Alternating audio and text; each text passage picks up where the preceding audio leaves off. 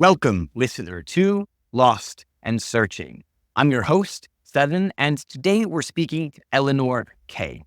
Eleanor is the managing director of Newton Venture Program, a joint venture between a venture capital firm called LocalGlobe and London Business School. Newton Venture Program trains aspiring and current venture capital professionals with the explicit aim of diversifying the venture ecosystem. She is also an operations expert, very operationally minded person, previously with a lot of experience at Palantir Technologies before moving on to Newton to help with that mission. And I wanted to bring her on today to help us understand the world of venture capital and how it impacts the leaders that go into venture-backable startup businesses, the people who lead and run them and whose innovations are changing the world, what the challenges are to that ecosystem, how that impacts the leaders within those businesses or the leaders that we are able to get out of that ecosystem. We also explore a little bit about how being more operationally minded can impact a leader's journey or the vehicle they use to achieve the results, why they should consider those things, what kind of processes they should be looking to put in place, both for themselves and within the company, and so much more. And with all that being said, let's get into it. Enjoy the journey.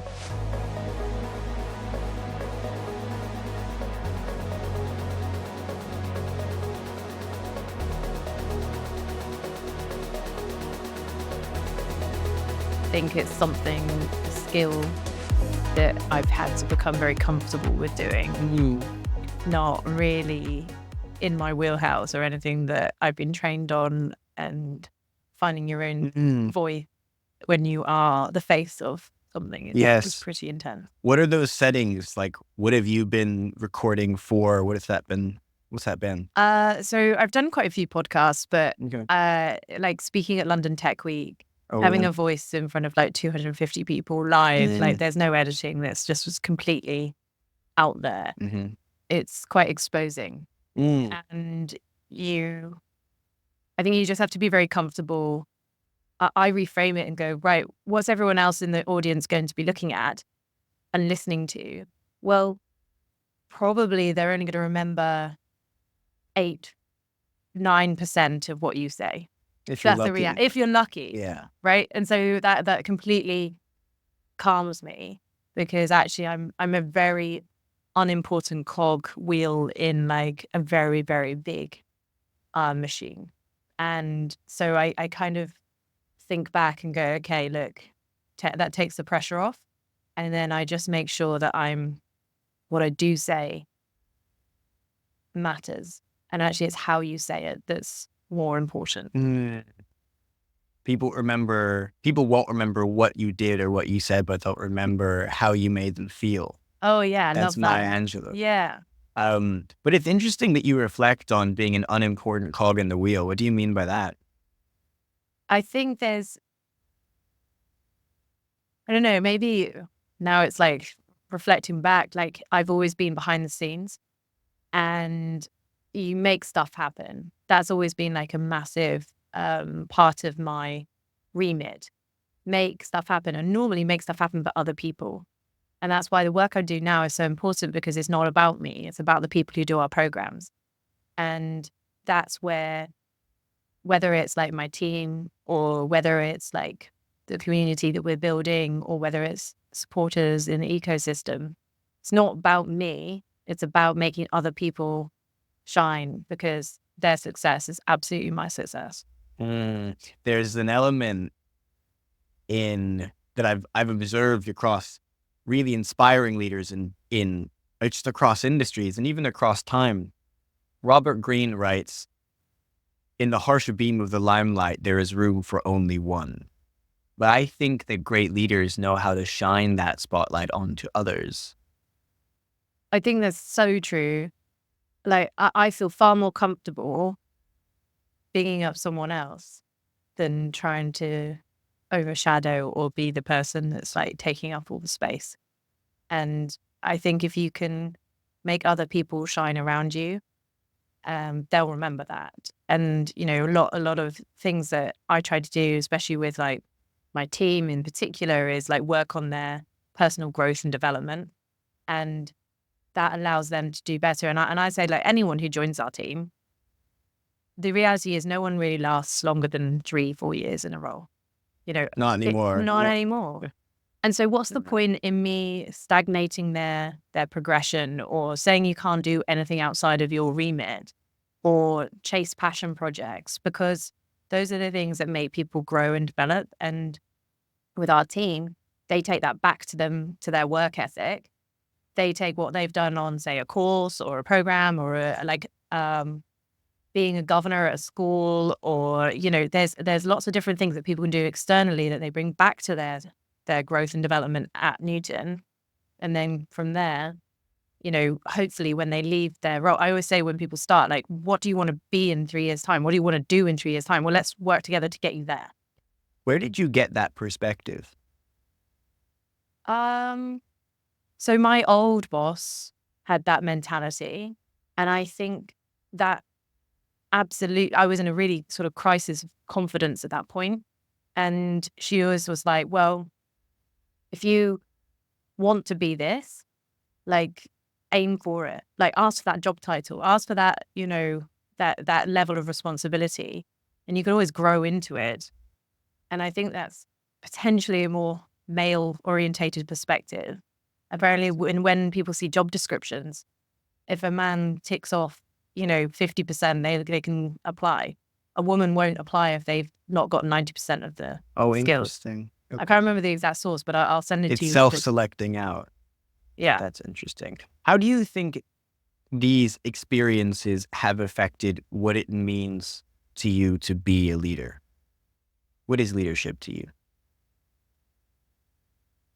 I think being a good leader requires you to have a level of vulnerability and openness and humanity to you.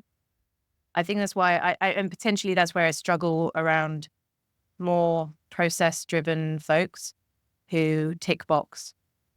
Like, we're all humans, we're all trying to survive. And I think if you spend your whole time being very prescriptive about your interactions with people, they're not going to respect you. They don't know you. Like, my team know my kids' names. My team know, like, I'm training for a big race at the moment. Like, my team know really personal things about me, because that builds me as a person. And I think leadership is about, I guess, setting a good example. Like, when I mess up, I'm like, I've messed up. Like, put my hand up, but I fixed it. Like, it's okay if you mess up. Mistakes is how we learn. If I spend my whole time, like, scrutinizing everyone's work or micromanaging, no one will learn, because they don't get to make mistakes and fix them. And if we do go through crises, like, it's how we deal with it as a team, not pointing fingers. And that came from Palantir, where I was for 6 years. We used to do 5 whys when there was a massive incident. And we used to go through, like, why did it happen? And then, like, if that was acknowledged, well, why did that happen? And why did that happen? And it's like, you break it down and there's no fingers being pointed. It's just like, we can't have this happen again. How can we break this down and make sure that all layers are protected? And I liked that mentality of, like, sitting in a room and sort of breaking something down and being a team to fix it and make sure it doesn't happen again. But, how can we ever learn if we don't make mistakes? Being hyper responsible, like ultra accountability, taking absolute responsibility over everything that you can do. What I'm getting a sense of is the perspective that blame is unhelpful, but responsibility is something you must absolutely take, that we all must take at all kind of levels and perspectives. But what is taking responsibility really mean? Because I think we can fall into the trap of crossing this very blurry line from responsibility into blame. I'm taking responsibility for X, but actually I kind of feel like shit about it. And really I'm blaming myself and I'm getting really hard on how do you manage that? It's so funny when you said that. I had this flashback of one of my team members who forgot to order something for a big event we were having. And this is like huge client. And I remember she was devastated. She took full accountability and she felt so responsible. And I think there has to be, and I remember sitting there, I was like, look, is this going to be a big deal in 6 months? And she was like, no. And I was like, is this going to be a big deal in 3 months? No. I was like, is this going to be a big deal in a week? Maybe people will remember. But I think you have to quantify the level of that mistake. It might have a big impact in that moment. But if you're going to take responsibility and hold on to that really, really tightly, and it'll eat you up inside. And so you have to kind of let it go a little bit, put it into perspective, and try really hard to not have it happen again. I think responsibility is like, I know I've messed up. I know what the impact is, but I'm going to take responsibility to make sure it doesn't happen again. The accountability side of things, if she let that eat her up inside and let it affect any work that she does going forward, like it might ruin a relationship with a client, it might ruin something like that. Look, mistakes happen, and quite frankly, the people of that big conference that the stuff didn't get to, they'll be like, oh, we had unbranded lanyards.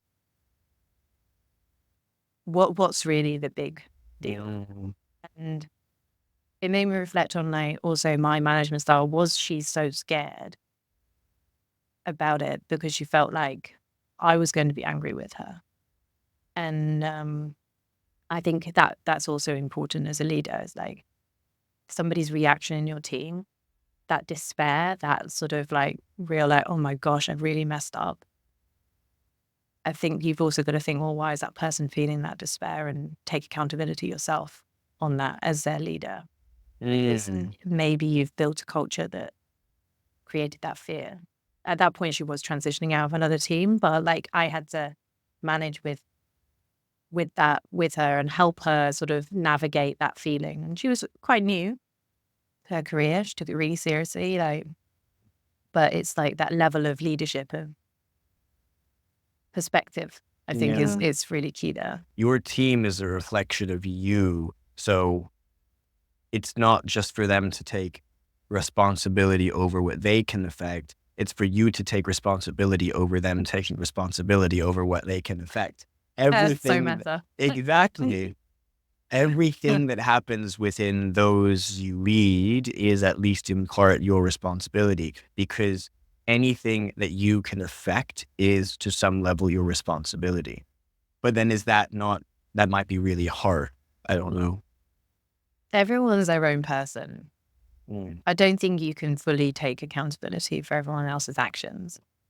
But there is a level of, I guess, with the community that I've built through my current role, there's a lot of people that I've met, I care a lot about.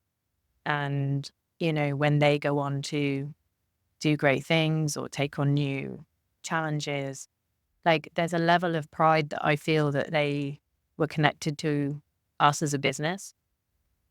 And I guess, especially those that I've built like closer relationships with, I do feel a level of like responsibility to like help them and, get them further than, so it's a nice feeling. Good. You might have just answered my question, but I'd love to know, why do you do what you do? What gets you up in the morning every day to come and do it? Oh, I think if I look back, like my career has been everything to me. I've been seriously independent from a very young age, working £2.50 jobs in a pub and like, just to sort of get some kind of money. And I remember my first foray into like working was coming to do some work experience here in Soho and running around Soho carrying like massive reels of film. And like, because I was working in film, and it was just, I loved that feeling of, I guess like,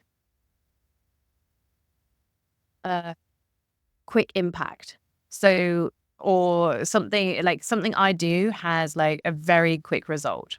Like to me, that drove me every day. It's like, I introduce this, it gets used, go. Which is why I always work very well in sort of quick, fast pacing companies. I had one for A and one that was really quite slow. And I automated myself at a role and I was like, I don't know what I'm going to do now. So, but I think what gets me up is like, and what drives me is that quick turnaround. And I think that's come with experience of, 25 years of working, and probably longer than that, actually. Well, that's a bit, yeah. Okay, I'm not doing the math. But I think when you can make a decision based on like years of experience and have like, you start to trust your gut, and the time it takes to make decisions is far quicker. And I like that element. Like, okay, I come in, somebody asks me a question, I can give them a direct answer within, sometimes I might need to take some time to think about it, but most of the time I can sort of say, yeah, my gut's telling me that's a good way to go. My experience is telling me that. So that's what I really enjoy about getting up. I think also, like, I think I'm a good role model to my kids. Like, there's an element of like being a working mother. I work full time. Like, it's not that common to be a full-time working mother. Perhaps more so now, but it really wasn't even like 4 years ago. And I really think it's important for my children to see me working. And I even taught them about venture capital the other day. I did a little presentation. Oh, really? I'd Taught them love the to know. keyword. I'd love to know what you went through. And they remember it, or they remember the key Kids are terms. so intelligent. Yeah. They will pick things up so fast. I was testing it out because we're trying to make like the concept of venture capital more accessible to everybody. Going into primary schools and teaching even then that concept of like, okay, well, that Roblox game that you play, like, how do you think they got so big? And you can make it attainable by bringing in examples that they know and enjoy using. But yeah, I like that element of, I guess, teaching. Whether it's teaching like my team new skills, like I've just new hire today, like she's never used a project management system. Like, it's really cool to sit down and just be like, this is how this works. This is how this kind of helps you drive your work and do better. And, she's excited. And so I think probably actually breaking it down is that teaching element. It's like, I'm only as good as my team. I'm only as good as the community. So let's make everyone better. There's a constant coaching that needs to exist Yeah. at almost all levels. Yeah. And including me. Yeah. I love learning. Like, I actually really enjoy conversations with people. Like, I've already had a conversation this morning with someone who's VC turned operator, building their new, like, really cool life science business. Like, that's not part of my remit, but I've learned so much from just that hour conversation from him. It continually helps me learn, and then I can distill it into other forms. And so that our team meeting this morning, I distilled what I'd learned from that, conversation with that founder, told them, they learn, it's cyclical. Yeah. Does having so much on create challenges for you, the team, people around you? With so much going on, it can be challenging to juggle so many responsibilities, so many time commitments. Because I think we want to model to others. And as you said, especially as a parent, want to model to your kids. There's a lot to model, though. Yeah. I kind of break it down in like, what are my responsibilities? What do I have to do? And then what can I do for myself? So Okay. I have to go to work. I have to earn money, and I have to work, and I have to do my job. That's like what it is. I have to be a parent. There's no non-negotiable. I have to parent my children. And then I decided about 2 months ago to sign up to this race that I'm doing. It's called High Rocks. And it's something for me completely. And it's really intense training. I'm going to a specialist gym. But I think when you have a lot on, but if you can compartmentalize to some degree, it allows you to sort of balance that. And actually, the person I had a meeting with this morning, he said to me, it's not work-life balance, it's just life. And I think if you can say, well, do you know what? Like, I might have to take a quick call just while my kids are in the bath. That's like, just have to multitask. Gotcha. It doesn't always, but you really do need to like shut off when you need to. Like, my sacrosanct time is like story time with the kids. Like, Love that. phone goes away, that's out. I'm like fully focused. They're reading to me, and it's great. We talk about the story, and that is mummy time. But sometimes when I'm at work, I'll get an email from the school, hey, you need to book your kid onto XYZ. I'm just going to do it. Like, that 10 seconds that I spend doing that, rather than compartmentalizing completely into like after work is family time. And that's when I do my family admin. It just doesn't work like that anymore. It's impossible. There's far too much administration. Yeah. And so, yeah, I like this way he sort of said it's life. It's not work-life balance anymore, just life. You mentioned letting go. You've mentioned compartmentalizing. They sound great, but how do we do it? It's so hard to do. It is. It really is. And I think we all probably all struggle a bit with overwhelm and like, and actually I use that sort of letting go thing, the sort of, is this going to be a big deal if I miss this right now? Is this going to impact like 6 months from now? I think you have to put things into perspective and zoom out. If you're sick and you're working through it because of XYZ deadline, and you're not going to get better because you're not resting, like, you got to think about the long-term impact of your actions. And if missing that email tonight and getting back to them tomorrow morning, or is, try and prioritize those things and look at the impact. So, but you're right, like, it's hard if you haven't got a manager who isn't more output focused or, is really draining. It can be really difficult to prioritize yourself. So I think that's where, good leadership comes in. And believe me, I've had bad managers. And any crazy stories you can share? I don't know about crazy, but I remember just being so scrutinized over everything I was doing. I look back now and I realize there was probably a lack of trust. Perhaps I haven't built up enough, connections now, then, or enough rapport that kind of allowed that person to trust or like understand me. And I don't think she ever really took the time to understand what my skill sets are and make sure that the work is attuned with that. And I think that's something I think I do well here. Like, everyone I manage has got a very different way of working. And if you're unable to sort of work with that person, you're probably going to end up squashing them or making them feel like they're not doing their best work. So not so much crazy stories, just like, I think a sort of empathy about why they're acting that way. Like, a past micromanager, she was getting like a lot down from the top and it filtered through. And soon she just was like spending all her time reading like all the email threads because everything was on like tags. And I think she just was getting so much pressure from above. She wasn't doing her work. She was just monitoring everyone else's work. Similar sort of thing, like the responsibility of her team reflected on her. But it just created a really toxic dynamic. Classic like middle manager challenge there, but it's also, they're all still human. Yeah, they are. And actually, she's a great person. Ooh. She was just not, she was also going through her stresses.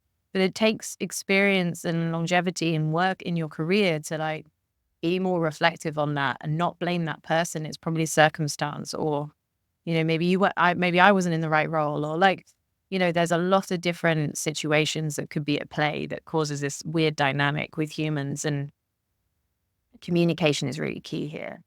I think if like the micromanager had communicated to the team that she was under a lot of pressure to show results or show XYZ, we could have banded together and just been like, hey, like, don't worry, like, here's everything we're working on. Here's some stats. Here's what we've like achieved. Does that help with like that communication level? But it just felt like we were just being watched like within an inch of our lives, and like it just wasn't moving us forward. And I think that's where communication comes in. Eleanor, you and Newton help train VCs, new VCs, current VCs, folks working in the venture capital ecosystem. And I have a bit of a theory that the way VCs act, operate, view the folks that they may or may not support, the people that they invest into, ultimately, that has a knock-on effect into the kind of leaders that we end up with. What's your perspective? How do you think VC impacts the leaders we end up with? I think we have to look at like the wider sort of expectations on founders, if that's what you're talking about. Like, so a successful founder, someone who's creating a unicorn, someone who's going to grow a company within, 10 years to exit. Like there's a lot of expectation on what a successful founder is. And what we have to think about is like that founder's sort of company is somebody's dream, their passion. Most of the time, like sometimes it's just like, right, whatever, I'm just build something and I've got a quick exit, whatever. But most of the time, these founders are people who are building something they love, care about. It's their absolute everything. Normally they've worked for a long time without any payment for it. And then they're told they have to go through funding rounds. And that's not always the right route for people. Sometimes a bit of angel investing might be all right, but they don't necessarily need VC funding. But there's an education piece here. So a founder has a great idea. They're getting some traction. They get some angel investing. They're told they need to go for VC funding. But the reality is perhaps not VC applicable.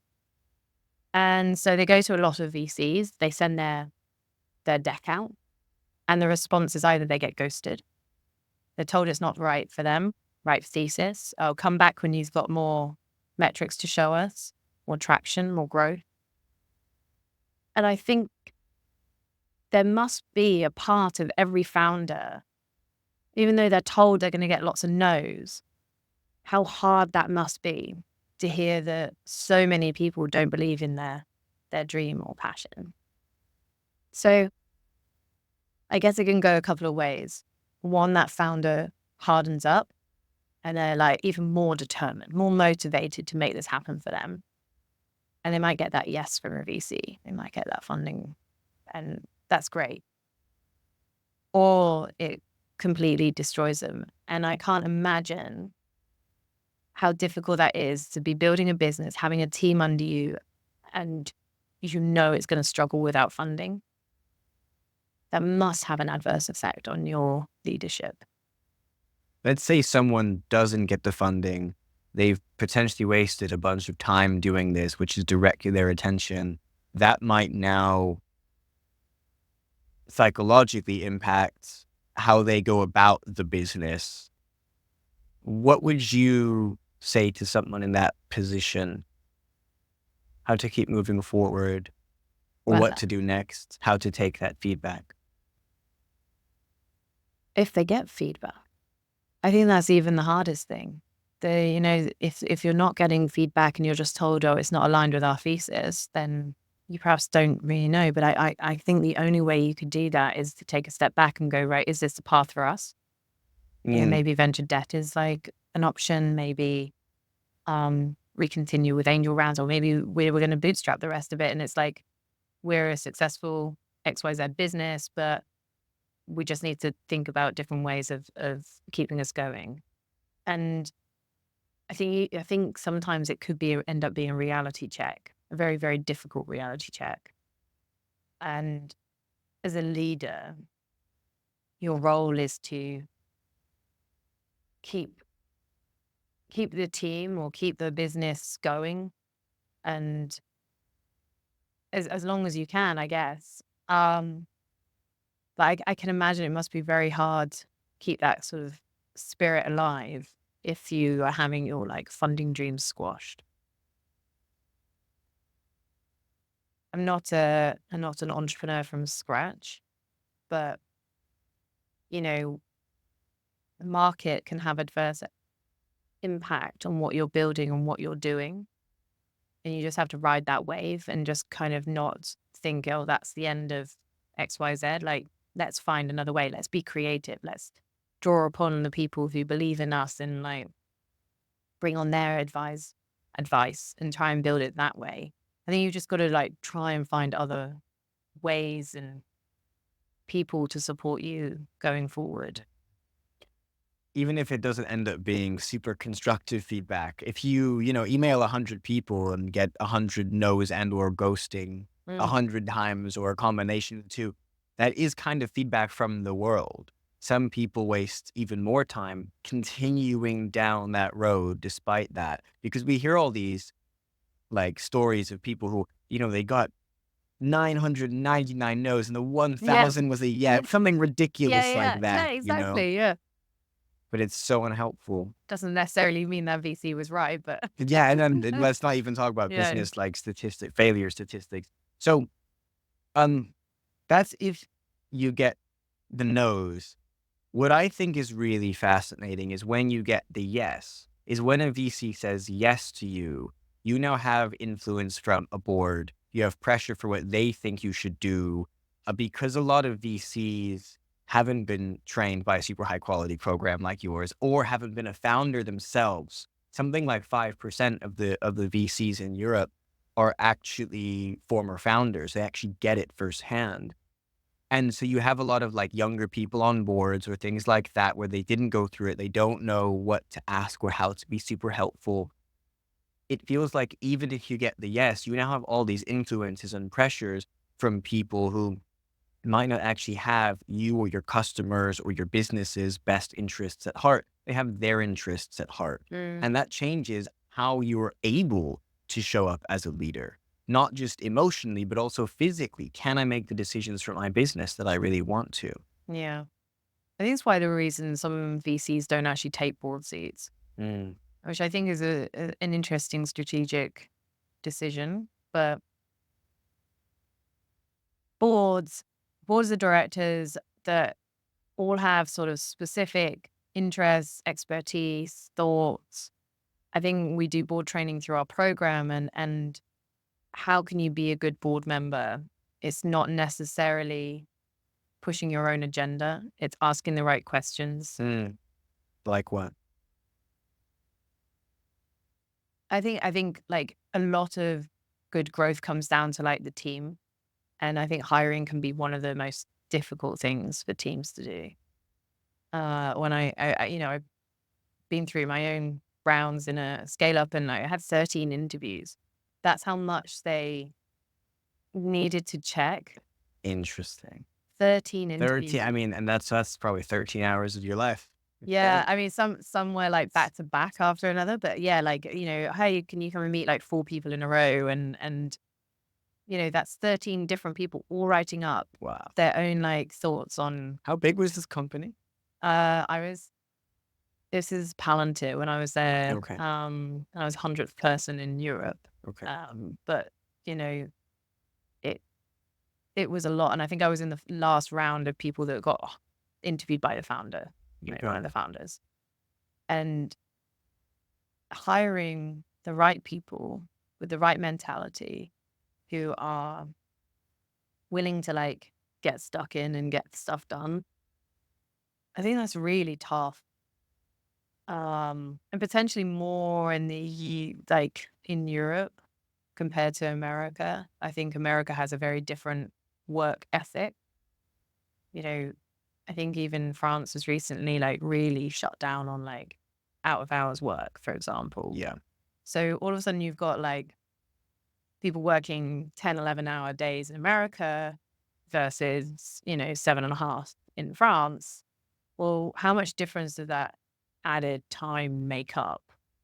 Does the pressure that a venture capitalist put on their founders run the risk of decreasing the quality of a leader that we get out of that business? I think if you're a good board member from a VC firm, then asking the questions that allow them to think like a founder to think strategically rather than question their vision, I guess. If you invested in the vision, then you're going to have to like support them on that vision.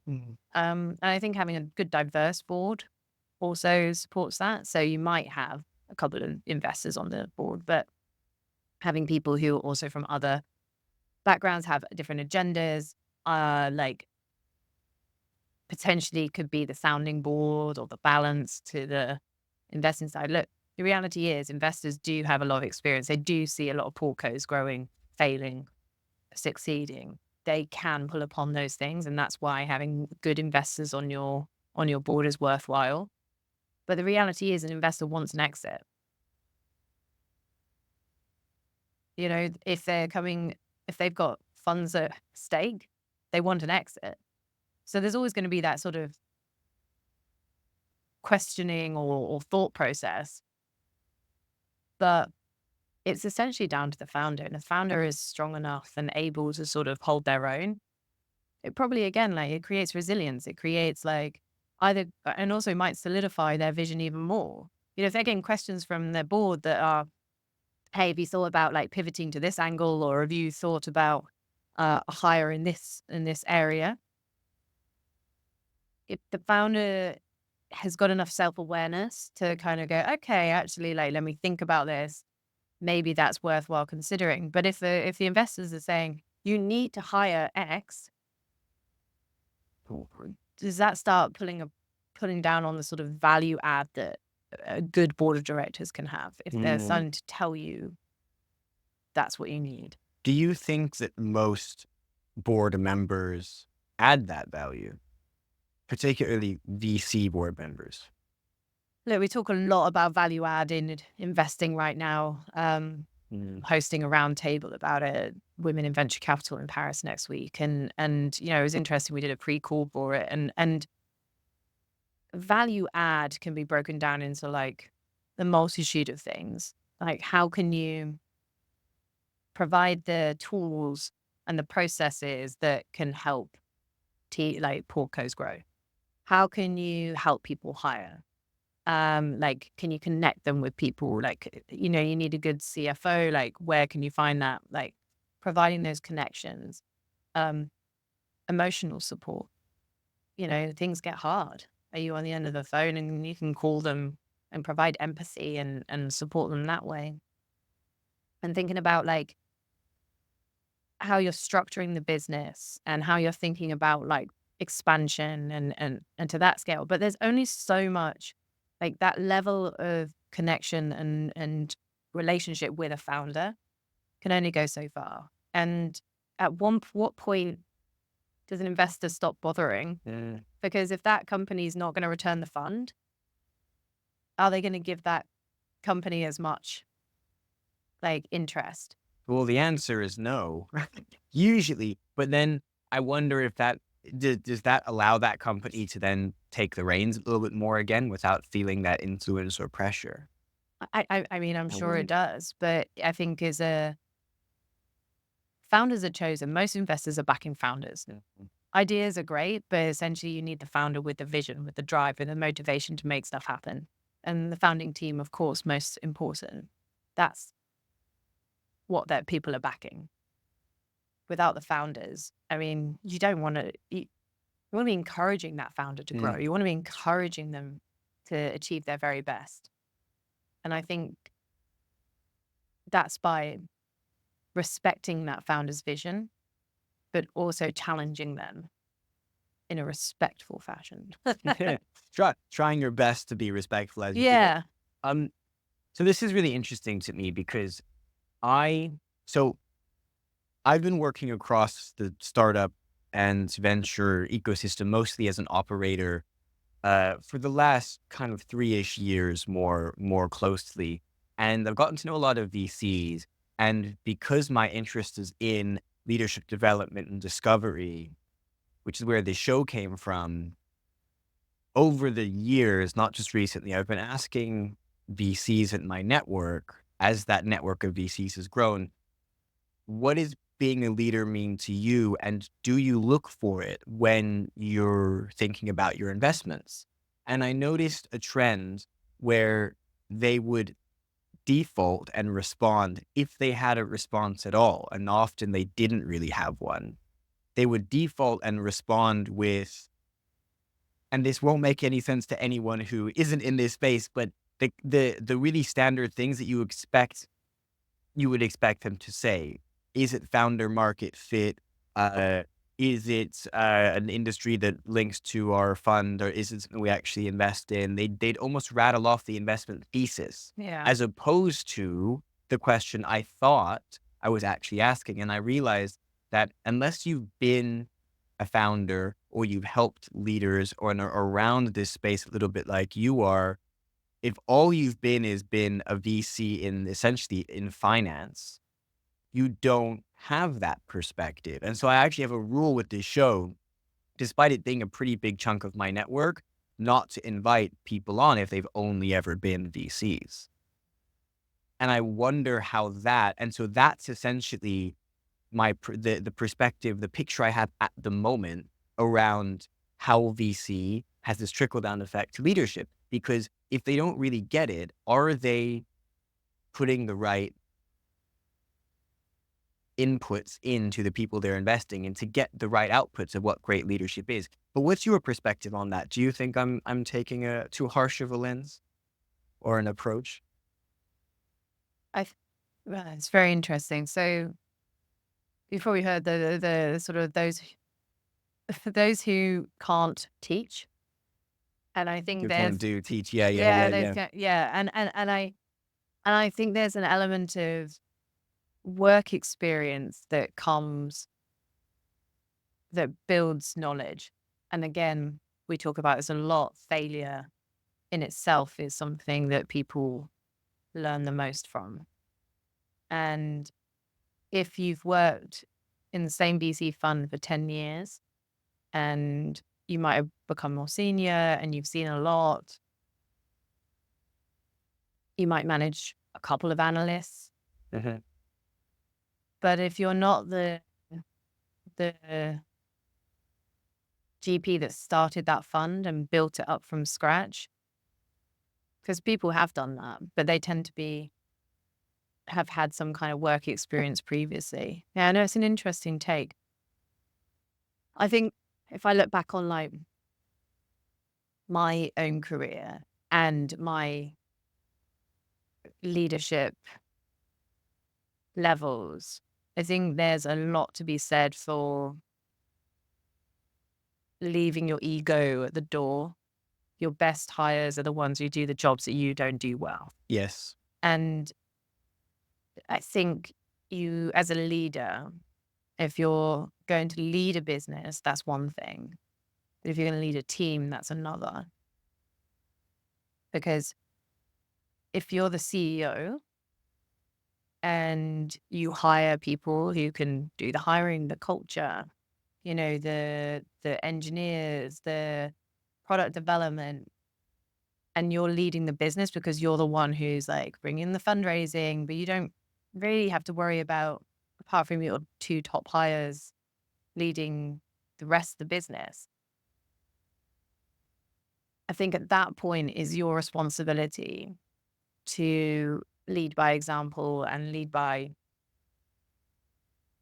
you might speak to the team at team meetings. It's like bringing in that sort of, uh, you're leading the tone, I think. That's where you are. If you're leading a business, you're leading the tone. And I remember like at Palantir, one of the guy, Alex Karp, he used to come round, and at that point we were at like 2,000 people, and he would walk around the London office and he would just talk to anyone. Doesn't matter who you are. What are you doing? That would be his question. What are you building? What are you doing? And he did that throughout, like, while I was there. He didn't stop, and he used to run like Tai Chi lessons and things, Okay. which was very cool. So we'd all go and join him for a Tai Chi session. But he that was his way of keeping a check. And it didn't matter what you were doing. He would talk to anybody. What are you building? What are you doing? What are you doing right now? And it wasn't like he wasn't asking to be, the tone wasn't, I'm checking what you're doing, I'm micromanaging.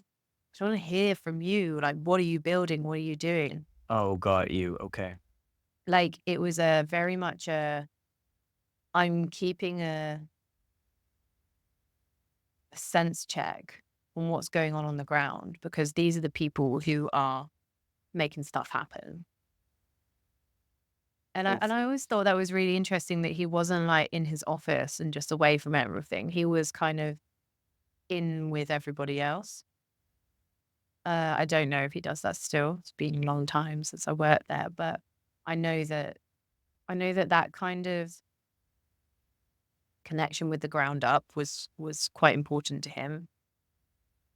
Um, but he definitely has people leading the culture, leading on like growth. But I think that setting that tone was really interesting.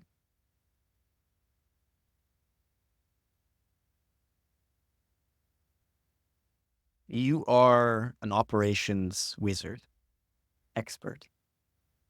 I guess so. I think this is the probably most over operalization. Can't even say the word. The business I'm running now has far too many ops and processes That's for the size of the interesting. business that it should be. Okay, so I want your perspective on this, right? Because you mentioned automation earlier. A Mm. lot of operations is considered to be doing of the admin stuff. A lot of it is really to do with systems and putting systems in Yeah. place. Do you think leaders, especially of smaller businesses, need to be thinking about these kind of systems? I mean, the obvious answer might sound like yes, but like to what extent and when? So when I joined where I am now, everything was done on like some kind of shared drive with like sporadic documents flown all over the place. And it wasn't, I don't think anything was even in a folder. I think they were all like siloed documents that had been shared. And it was just, there was no process in place at all. And because of my experience, I was like, right, everything needs to be organized.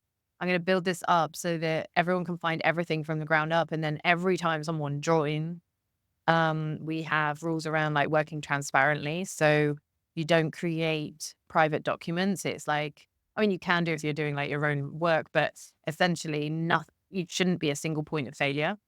And having that from built into place from startup has been like amazing for like if somebody's away or somebody's out of the office, especially in a small team, like when a fifth of the team is out, you're like, what, how does this work? Like, how does it even work? So we've got like, uh, product handbooks on like, how does everything function? And we've been running for 4 years. And I know that if either the product team left and we just needed to hire someone else, it's all written there. Everything's in place. We've got a project management system that takes you through everything with so much detail, nothing can get missed. I oversee all of our finance and hiring and people aspect of things, but I've always set up with them like everything's written down. So we have a document that's shared. Like everything is like tailored towards their own goals and development. I try and do what I call like, which I got from Palantir actually, but I I have a one-to-one with every team member about their development and growth. It's not to do with their day-to-day How work. often? Once a month. Okay. So it's like, hey, look, how are you? What are you coping? What's your aim for? Like, how can we get you there? Like, what do you need more exposure to? Like, who do you need to speak to? Because their own, I won't go down that route, but there are processes in place that I've seen elsewhere that I've just put on a smaller scale here. But it's meant that as we've scaled, we're not having to do horrendous going back on ourselves to fix things. We have a lot of data on our cohorts, and that's to make sure that we are achieving our mission.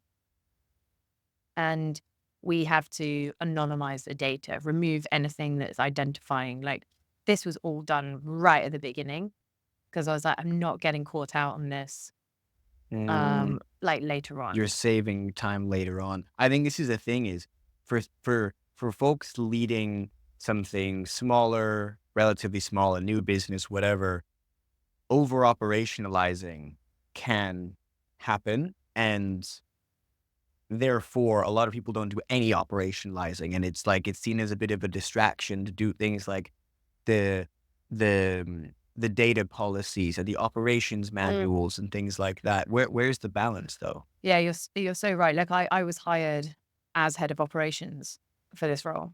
So I spent the first 6 months doing that stuff. That was my job. And so by the time I took over as executive director, I'd already put all that stuff in place. And I just never hired someone to replace me because it was already done. And so then I was just able to focus on that and then keep it up to scratch. But I do think there's an element of like when I've had to let things go. So I had to hire an accountant. Like, I just couldn't keep up with like organizing all of our accounts and payments, and it just wasn't feasible as we've scaled. So I think for me it's like when you set up a business from scratch, try and keep organized. Like, even just like set up a folder structure. It could just be that simple. It's like, here's your ops, here's your like product, here's your like, whatever, HR. Like, try and just keep things in a structure. And that's so simple. Anybody can do that because, and then just think about the implications that could put you in issues like data collection. I think it's just so worthwhile just even just talking to an ops person who can just guide you in a way that keeps things, that allows you to scale. Shouldn't be over indexing on ops at all. Like, it's important to have it in place, but quite frankly, you need to build, you need to sell, you need to get out there. But if you are starting from scratch, just like say, look, what are the key things I need in place? What are the repeat insurances I need to do every year? Just get those things done, organized, and then move on, because you'll thank yourself later. I always say thank you past Ellie. Like, first, thank you for organizing that, because it saved me so much more headache now. I wonder if ignoring it is a little bit of a trap, because when I first got into business, I was reading The E-Myth, if you've ever read that book, which was written in like the 80s, I think. But it's essentially, your business isn't worth much until you can operationalize it. And then I started over operationalizing things almost immediately, and then realized after a while, I've just wasted so much time. And a lot of people realize that, but they also just don't want to do it. And so they just don't. And then it's never there. And actually, you save yourself so much more time. It's like, I wonder how can someone listening to this in that kind of leadership position over something small and scrappy find the right balance for them? Yeah, it's a good point, because the leader should be focusing on other things. But I think the balance is like, don't be that single point of failure. If I'm out of here, like for some reason I leave tomorrow, can the rest of my team pick up what I'm doing? Yeah. That's interesting though, because that usually is the case for startups. Is like, if the one person leading it is gone, the startup is gone. It's like you are the business. You know what I mean? Yeah, I mean, totally. And I think, but that founder really should be able to like step away from XYZ. So like either like employing external consultants to support on like say the finance things. If you're an emerging fund manager, find a someone to manage a fund for you so you can go and fundraise. Like there are such skilled um ops folks who can do those jobs for you. And then if something does happen to you, like the things that are keeping things ticking in the background are being done and ticked off. That's why having good lawyers involved, like good policy writers, whatever like you need to do to build up, just make sure you're like conversing with the skilled people, like, are your terms and conditions right on your website? Little things that might cost, I don't know, $1.50 to write up, but will save you so many contractual issues later on. So I think, look, I know you said about a single point of failure, but you're right. If that founder walks away, but like in the rest of my team, I know if one person leaves, I somebody else can pick up. Nothing is like, I think if you set up the culture of like transparent working and documenting your work, like it's Yeah. helpful. But Amongst, sorry, no, go. I was going to say, but I am the only person in the business that knows how everything is run. I might not be a marketing expert, but I know how marketing's run. I might not be a product developer, but I know how our product is run. And that's enough for me to feel like we're working in a way that's transparent enough. And I know that, every time someone creates something, right, can you just add that to the product handbook? Can you add that to the comms handbook? Like everything is being documented. And in a small business, when, key people could leave, then, it's really important. With so many of the founders I worked with, you'll get two camps. You'll get what you're describing and even more extreme, and then you'll get doing that stuff as a distraction. I need to be going and doing the executing Sure. only. And it feels like what we're getting to is unsurprisingly, is probably somewhere in the middle. It's like, don't fall into the trap of thinking it's a distraction. But if you feel like you're achieving none of your real results, that might be a signal that you're over operationalizing. Sure. And look, we're 4 years in. And I'm now in a place where like this has taken 4 years of building. Yeah. It's not been like this from scratch. It's like it started with headers and it's just been like developed over time. Like I said, the key things are the legals, the payments, those things you can get external folks to help with if need be. So you're not having to do it as a founder. But you're right. Like that mandate for you is like, as a founder, is to go out and sell. Yeah. You've got to get that traction. You've got to get those metrics. Especially if you're going to go for funding. Externalize the rest of it. Yeah. Make it easier on yourself. I like this. Look, I really appreciate the time today. We've had a couple of external perspectives. For me, this show is like, it's a multi-dimensional look at a central question. And there's a piece of the question around leadership that is about business, because so many of our leaders appear in business. And now so many businesses are tech businesses. And so they're either influenced by VC or they're looking for VC. So this gives us a really unique perspective on a little corner of this question. So thank you for that. I have an ending question, a final question I'd like to ask everybody. Okay. The show is called Lost and Searching. Yeah. And Eleanor, I'd love to know, are there any answers in life that you are still searching for? Oh, that's a good one.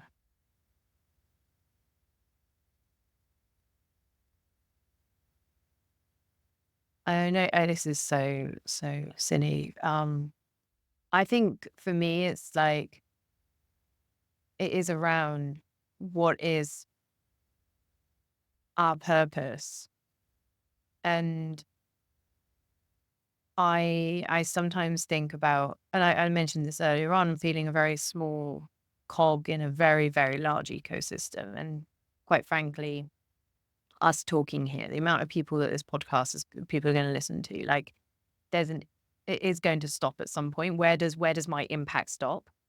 And why are we doing this? And I think that feels very heavy when you think about it. But I think it all just ties into like perspective of like where your place is in the world and why you're doing what you're doing. But yeah, you can feel quite lost if you start thinking about it in the bigger picture. Where do you stop? Because you can get as big as the universe and then get overwhelmed and, Totally. And there's a part of like, I feel a little bit like knowledge is power. And the more you question things, the more you learn, the more you start questioning more things. And that I think that's the overwhelming part of it, is like, where do you stop? It's a quest for learning, quest for knowledge is overpowering. And I think there's an element of like, well, I wish I could go back to simpler times. Ignorance is bliss, because you get up, you go to school, you come home, you do your homework, and that's it. it's very straightforward and Very easy. straightforward. And Whereas, all you want to do is grow up. exactly. And so I think perhaps I think actually I really like that. I like the where is it okay to stop? Because I think if we think about it too hard, it's too much. And I think we just have to sort of take a step back and be happy with what we've got. I love that.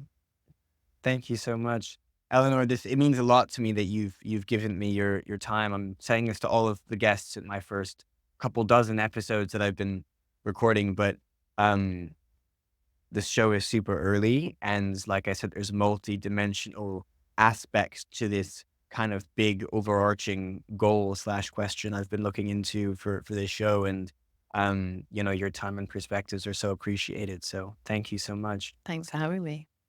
Yeah. It'd be really interesting, because I think if you collaborate all together these ideas of leadership, because mine is very different, I think. I'm probably more on the softer side of leadership and what being a good leader is, and like maybe more human-centric in my approach and impact-focused, whereas others might feel very different. Yeah, I think comparing and contrasting your episodes, the one that will come out just before this or the week before this, will be really interesting. So thank you so much. I'm excited.